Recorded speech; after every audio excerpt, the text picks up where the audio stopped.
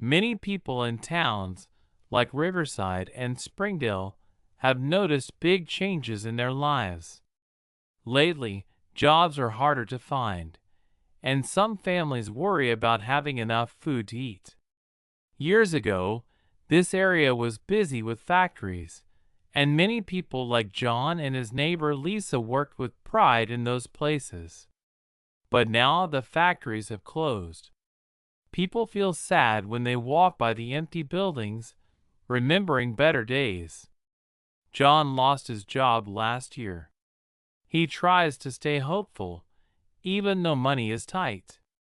Lisa takes care of her two young children and sometimes skips meals so they can eat more. The local school tries to help.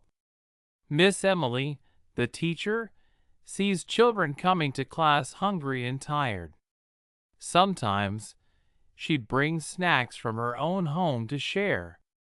Everyone in the community wants to help, but it is hard when resources are few.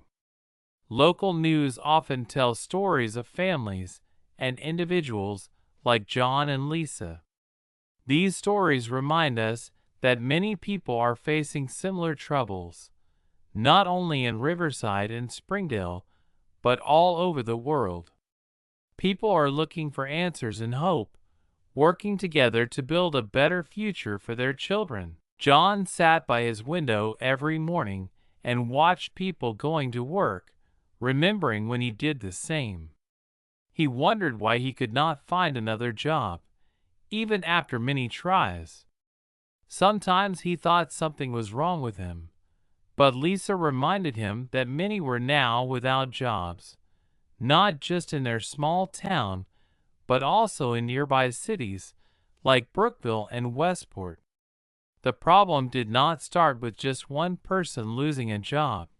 It happened because factories moved away, searching for cheaper places and workers far from home. Big companies saved money by not paying as much in other countries, but people like John, Lisa, and Miss Emily suffered here. The owners of the big companies became richer, while townspeople had less each year. Lisa remembered stories from her mother about when everyone had work in Riverside. Life was simpler and happier. Now, the old work rules and government plans did not help as much. The leaders often made choices that helped businesses grow far away, but did not protect families like theirs. Many government leaders said people should try new jobs or learn new skills. But learning new things while trying to buy food and look after children was hard. Lisa signed up for a night class in bookkeeping, hoping it would open doors. She had to walk to class in the dark after a long day with her children. Some nights, she almost gave up because she was so tired, but she kept moving forward, thinking of her children's smiles. Miss Emily, the local teacher, saw her students come to school wearing old, torn clothes. The school tried to help by offering free breakfast, but it was not enough for everyone. One student, Adam, shared his toast with his little sister in the morning before the school bus came. He was always worried about his mom working 2 jobs and still not having enough for bills and food. Adam's story was only one of many. Every day, Miss Emily heard how parents were worried about losing their homes or having power cut off during cold nights. Some kids felt angry, some felt sad, and many stopped dreaming about college or better jobs because they thought it was impossible now. Local shop owners also struggled. Mrs. Grant, who ran the small grocery store, used to know every family, and people could always buy fresh fruits, bread, and treats. Lately, as money was tight, fewer people came to her store, and the shelves stayed full while families' refrigerators were empty. Mrs. Grant wanted to help, but she also worried about closing her store like so many others. The bank officer downtown, Mr. Stevens, saw a big change too. Many people could not keep up with loan payments.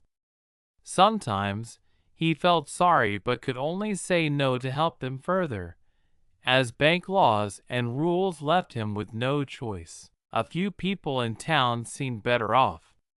These were people who already owned businesses or land or had jobs in city offices that kept paying.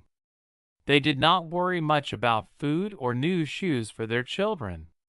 The difference grew every month, causing pain and feeling of unfairness among neighbors. This led to new worries, as friends who used to trust each other now sometimes felt jealous or left out. Change was hard, and every day felt like a balance between hope and doubt. For John, Lisa, and others like them, it sometimes seemed too much. Some wondered if trying was even worth it. But small acts of kindness, a free loaf of bread, a classroom snack, a job tip, showed that people could still help each other to carry on, even when the world seemed unfair. Lisa sat in her evening bookkeeping class, noticing how the teacher, Mr. Carter, had a way of making hard things seem easier. He used simple words to teach about numbers and bills. Lisa felt less scared every day. She started to dream about getting a new job in town.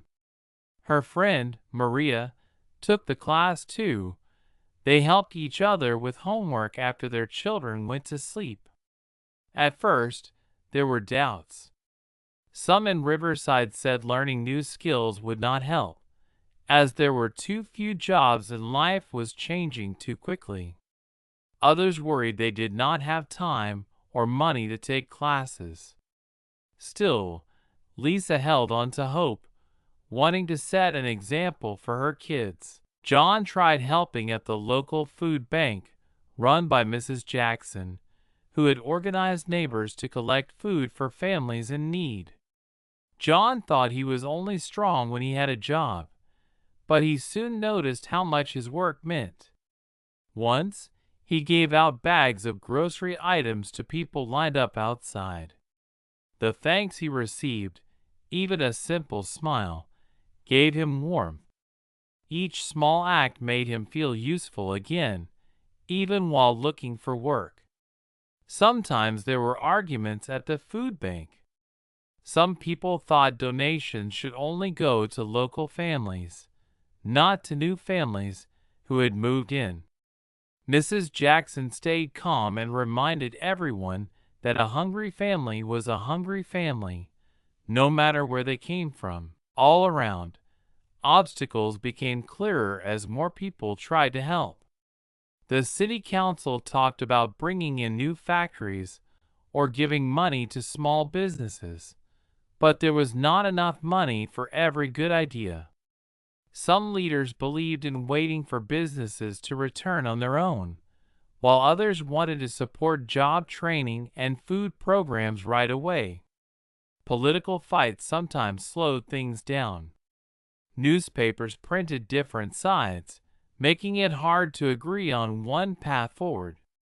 Many business owners were scared of new taxes, fearing that higher costs might force more stores to close. One evening, Dr. Abigail Foster, an expert in community development, visited Riverside. She was famous for helping towns like theirs find new ideas. At the public meeting in the old city hall, she talked kindly and listened closely. Dr. Foster explained that the problem of lost jobs was bigger than Riverside. It was happening everywhere. She encouraged people not to wait for big things to change, but to start small, teaching each other new skills, forming local groups to share work and childcare, and asking local stores to sell more local products. She suggested the city start a small business fund, with community members helping decide who would get money to create new jobs. Her advice was simple but different from old ways. Some were excited, clapping and sharing more ideas, while others seemed unsure, fearing disappointment. The local newspaper wrote about Dr. Foster's visit. Some people believed her words, and change felt possible. They felt lifted by these first small wins, like Lisa getting better grades in her class, John's help at the food bank, and Mrs. Jackson organizing a warm coats drive before winter. Little by little, the community's small answers to big problems began to set an example. Not everyone agreed or believed at first. Some wanted to wait for a miracle, while others had lost trust in group efforts. But day by day, Lisa and John noticed that more neighbors showed up to meetings and volunteered at events. It was still hard at times. Yet, each time someone learned a new skill, shared a meal, or joined hands with a neighbor, it made new hope grow, just like fresh plants after long rain. The struggle was far from finished, but confidence began to quietly bloom in Riverside. News came suddenly one fall afternoon. The largest employer left in Riverside, the last small factory, announced it was closing by the end of the year. Workers found out from a television reporter before their managers could even say a word. John watched the news at home with a heavy heart. His old friend Mike, who still worked there, would soon be without a job, just like John before him. Worry swept through the town faster than the autumn wind. People filled the downtown park to talk. Some cried out for help, others argued about what went wrong. For many, it felt like all the hard work to build new hope was being crushed in a single moment. Children listened to their parents talking late into the night.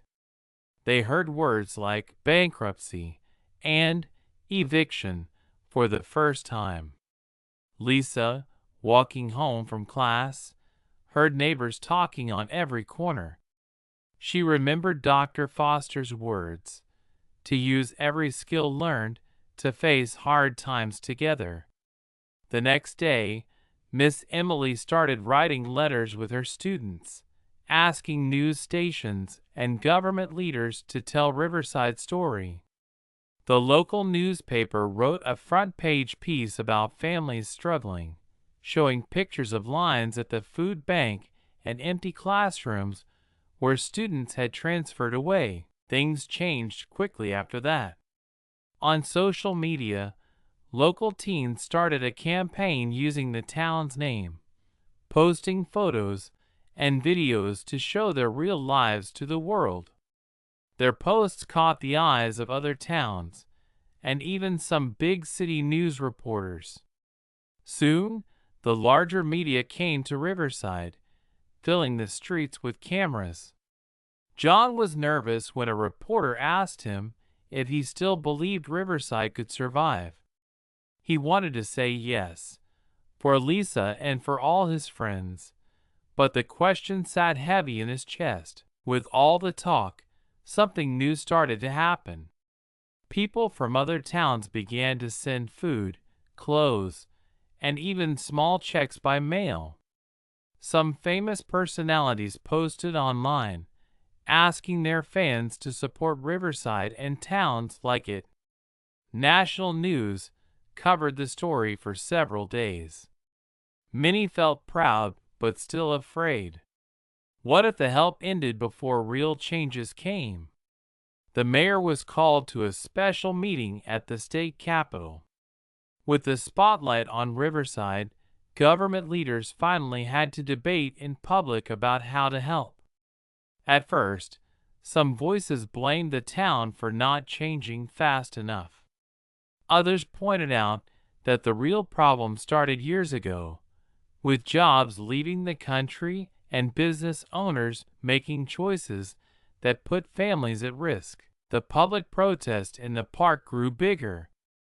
Lisa, Maria, John, Mr. Stevens from the bank, teachers, grocery store workers, and students all held hands in signs. Their messages were simple. We are more than our losses. Give us a real chance. The video of their gathering went viral online, spreading from Riverside across the country. Dr. Foster returned to town, joining the community at the park. She spoke on camera, praising Riverside's spirit and warning politicians that stories like these showed why old systems must change. By the end of the week, promises for emergency aid and job training funds came from lawmakers. Newspapers wrote about small wins, but warned of a long road ahead. The people of Riverside were exhausted, caught between fear and hope. Yet they felt different now, seen and heard far beyond the borders of their town. Even in sadness, tapping into new confidence, they realized their hard work to speak out had lit a spark. Change could finally start, even if the biggest challenge still remained. A cold wind shook the windows of the city hall the night the state leaders arrived.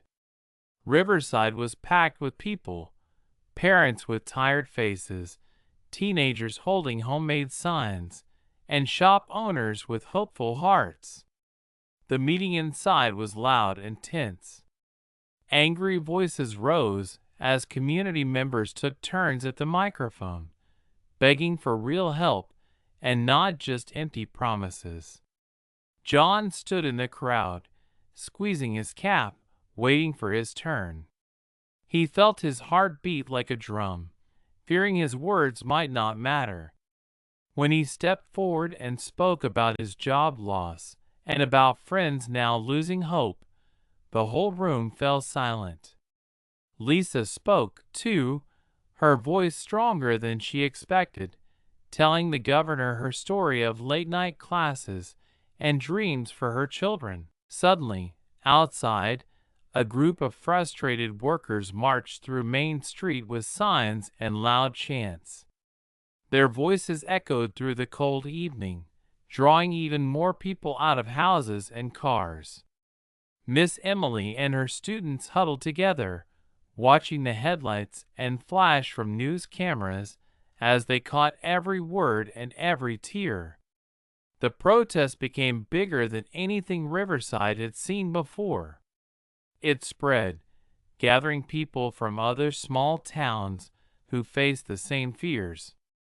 The street filled with shouts for justice and urgent pleas for a fresh start. No one stayed home that night. Every heart belonged in that moment. Even Mr. Stevens from the bank was seen outside, wearing his first protest sticker and waving it, cheered by neighbors who had once seen him only as a rulemaker. As journalists filmed, live streams caught Lisa hugging Maria as news came out. A sudden announcement from the city hall. In response to the protest and the strong message from the people, the state leaders agreed to pass new laws helping towns like Riverside.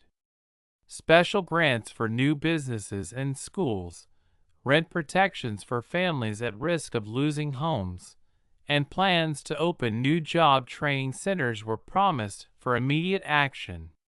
When word arrived that money was already set aside for Riverside, cheers and tears broke out together. Many sobbed, overwhelmed by relief, though still afraid good news could slip away. The emotional energy touched everyone.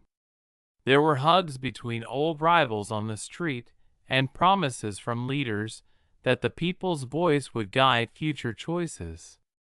The newspaper later described the night as transformative.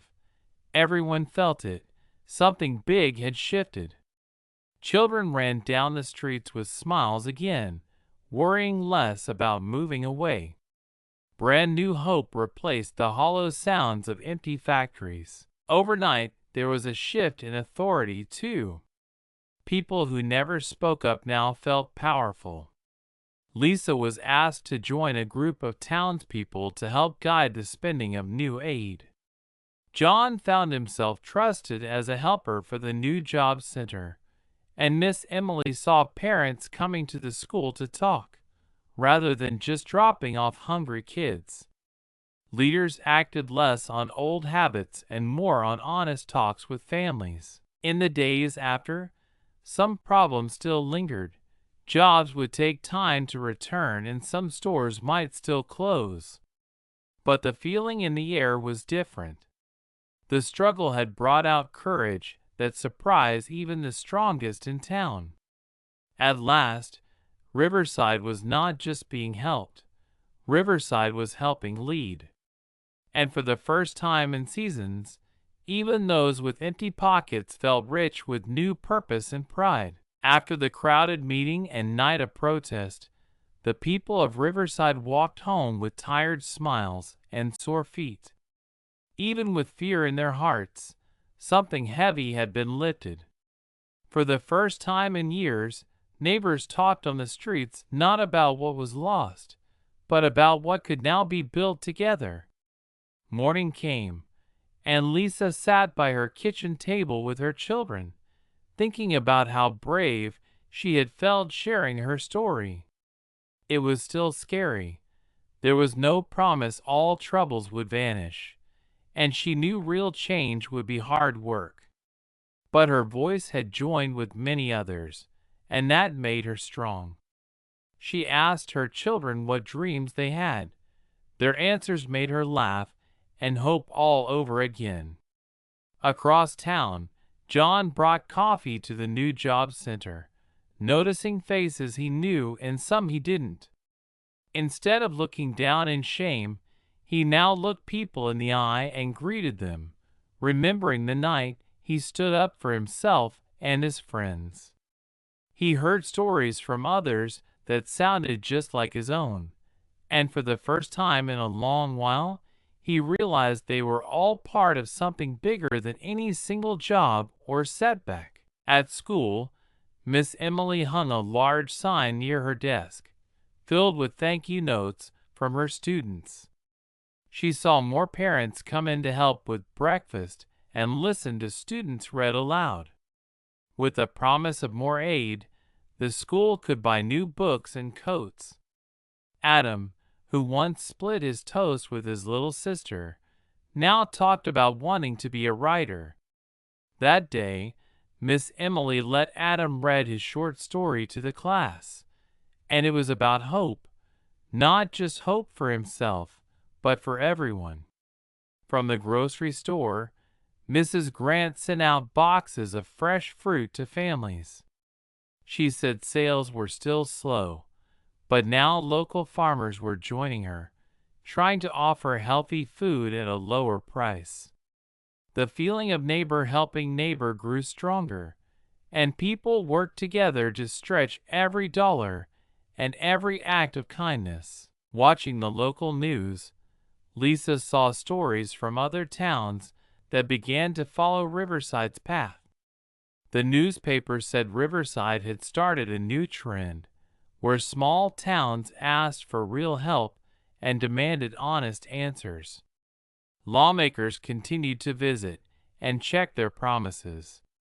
Even as new problems appeared, like slow-moving aid or arguments over ideas, the town faced them together. The biggest lesson was that no one could fix things alone, but everyone had something to give. Real change did not come in one day or with one speech. It came from many small actions, honest voices, and hope held together even in the hardest hours. By the end of that season, new doors did not open all at once, but the air in Riverside felt lighter, fuller with courage. Lisa and John passed each other on Main Street, sharing warm smiles. They did not know every answer for tomorrow, but they did know their voices mattered, and step by step, they were all writing a new story for their town, and for other places hoping for a better day. Only a few weeks after the protests and new promises, Riverside looked and felt a little different. People woke up early with a new sense of purpose, ready to face the daily tasks that each new day brought. Some changes were easy to see. Shops that had stayed closed for months now cleaned their windows and opened again, even if they had only a few customers at first. New, help wanted, signs hung in store windows, giving hope to job seekers like John and Maria. The school board worked fast to welcome extra teachers and counselors, made possible by the emergency aid. Miss Emily met often with these new coworkers in the cafeteria to plan lessons and talk about ways to help students who had fallen behind. Teachers offered evening homework hours, so children with working parents could still get support. Families noticed fewer hungry faces and more smiles in the school hallways. Lisa met with other parents in the town library, now filled with colorful posters about new job classes and health programs. These gatherings were busy and loud, full of ideas and even some arguments. Some parents wanted to improve busing or start a food market with local farms. Others called for faster action on home repairs, since winter's cold was coming and many roofs leaked. Even city leaders had to adjust fast to meet the demand. The mayor scheduled more public meetings than ever before. He brought in experts to help write new rules for business grants and share plans so that money could reach those most in need. It was a big change for Town Hall, which used to seem far away from regular people's worries. Now, neighbors and leaders worked side by side. There were disagreements, but people spoke with honest voices and tried to find solutions that helped everyone. Some shop owners, like Mrs. Grant, needed to change quickly to survive. She lowered prices to make fresh food more affordable and organized food boxes for families that were still struggling. Mr. Stevens at the bank worked with families, starting a new program to delay some loan payments for people who had lost jobs. Not everyone agreed at first. Some believed they should wait and see until things got better. Others wanted to keep pushing for big changes right away. John, who had started helping at the job center, listened to both sides.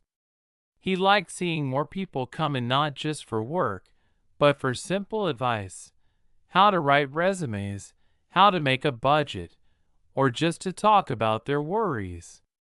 Even when jobs stayed hard to find, sharing the struggle made the future seem brighter. Other sectors in town, like churches and community groups, joined forces to fill the gaps where government aid moved slowly. Volunteers made sure old neighbors or families new to Riverside got weekly phone calls, home-cooked meals, and even help with homework for the youngest children. Miss Emily connected her classroom to a youth center, making sure every child knew about after-school activities or free library books. Town newspapers kept everyone informed by writing updates almost every day, lists of job openings, news on which stores were hiring, health alerts, and reminders about school lunch pickups. Every change made a difference, but also brought new challenges. Increased visitors meant local bus routes had to add more rides. Food banks sometimes ran low, needing emergency community collections. People at Town Hall started learning new skills fast, so paperwork did not slow down good ideas. Some things stayed the same. Hope grew, but money matters still brought worry into many homes. The old fears did not leave overnight. Still, the spirit across Riverside was one of moving forward, step by step, day by day, always looking for ways to help each other through whatever came next. Months passed in Riverside. Now, even on cold mornings, the streets held more life and laughter. The hardest days had left marks, but people also remembered the small victories. Children no longer whispered about moving away. Their games filled the playgrounds after school. Many households, like Lisa's, felt both pride and challenge. With the bakery gone, new classes taught by neighbors and visiting experts helped parents and teens think about starting small businesses of their own. Lisa stopped feeling alone during her job search. She found friends through the library's group workshops, and together they shared stories about learning, failing, and trying again. They helped each other fill out job forms and swap child care so parents could attend night classes. Dinners in Riverside also changed. Many families worked with local farmers, creating weekend markets that sold fresh produce and bread. Mrs. Grant helped by offering her old delivery van, turning it into a traveling shop for neighborhoods far from downtown. This brought new energy and let even the oldest or busiest families eat better food.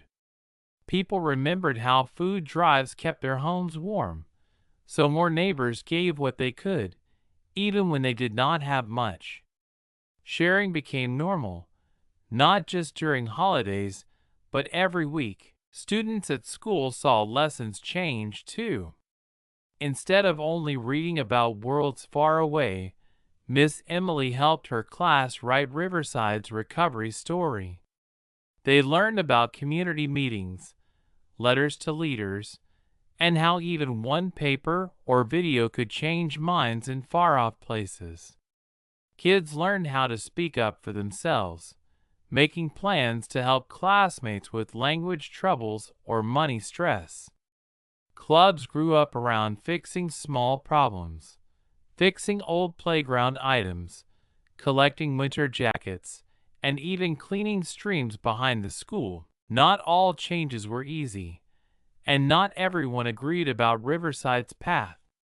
Some parents wanted old ways back, wishing for big factories and steady jobs, while others pushed for new types of businesses, even starting repair shops, art studios, and daycares from their garages. A few business owners worried that too much change could push away customers or bring risk to their savings. Heated talks in coffee shops and over kitchen tables did not always end with a handshake, but people tried to listen more and stay kind. The mayor's office became much busier, with more people asking questions and challenging old rules. It was not simple to balance fairness, speed, and honesty. Town leaders often learned from mistakes. One loan program was too hard for older residents to understand, so more meetings were held, and even teens volunteered to teach folks how to use online tools. Local government meetings were now open to all, and sometimes children even helped by drawing signs or typing questions for parents on shared computers at home. New problems still grew from time to time. As some found success, others still struggled to find steady work, and arguments about who received help sometimes made people frustrated. The need for food, jobs, and safety was never-ending, and different ideas battled for attention. But Riverside's biggest change was learning to work through these struggles together. Whenever a setback came, a new business closed, or a power bill rose too high, the community gathered again. They remembered how far they had come and looked for new answers, using lessons from both their lowest days and their proudest moments. In Riverside, every act of support grew something greater, hope shaped by memory, new ideas formed by old pain, and a community spirit that no hardship could erase. People learned that fixing one problem did not end all trouble, but it did give them courage for whatever challenge arrived tomorrow. Seasons came and went in Riverside, but people's hearts and dreams felt steadier than before. Lisa woke each morning with a sense of hope. She worked at a new job in the small business office, helping others fill out forms and plan their ideas. She remembered the fear she once felt, and now made sure no one ever felt lost when trying to start over. Her children grew, taking pride in their mother's strength and kindness. John found a place at the job center, guiding others and running simple training classes. Instead of feeling left behind, he noticed he had become a leader. His laughter and encouragement touched everyone who came through the door, especially the job seekers who, like him before, arrived with heavy hearts. Throughout the town, young people and adults no longer waited for someone else to save them. They took responsibility and started small actions each day, whether teaching skills to others, growing garden food together, or volunteering to fix up old homes.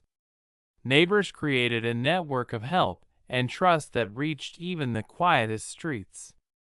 People were quicker to notice when someone struggled, not with charity, but with hands-on support and dignity. Riverside's simple ideas spread to other towns, helping them find their own paths through hardship. Newspapers printed stories about creative ways to help, and city leaders across the state started studying Riverside's model of honest talk, small business support, and open meetings with families. Laws and social rules also shifted. Leaders wrote new policies so that closing factories never again left hundreds without hope. They shaped plans to bring in a mix of businesses, big and small, to keep jobs diverse and secure. Some policies made starting a company less risky, while others created job learning programs so workers of all ages could adapt. John often attended meetings where these topics were discussed, sharing what did and did not work. Lisa, invited to speak on the radio, shared Riverside's story in simple words so others could learn and feel brave enough to speak out in their own voices. The hardest lesson for everyone was that no issue could be fixed forever. Riverside learned to spot warning signs early and did not wait for others to take charge. They put trust in people, not just policies, knowing that strong laws mattered but could not do everything alone. Miss Emily often reminded her class that hope grows from asking hard questions and finding even the smallest ways to help a neighbor in need. Across the city, memories of lost jobs and hungry nights were honored, not hidden, and became building blocks for something better. Local and state leaders now partnered with regular citizens whenever designing solutions. People no longer feared making mistakes, knowing that together they could try again and again. Riverside's story became a quiet lesson for the world. Real change comes from courage, honesty, hard work, and a willingness to listen. As Lisa looked toward the future and John helped set goals at the job center, they understood that the real victory was building a community that could bend without breaking, grow without forgetting, and dream aloud so no one would have to struggle alone again.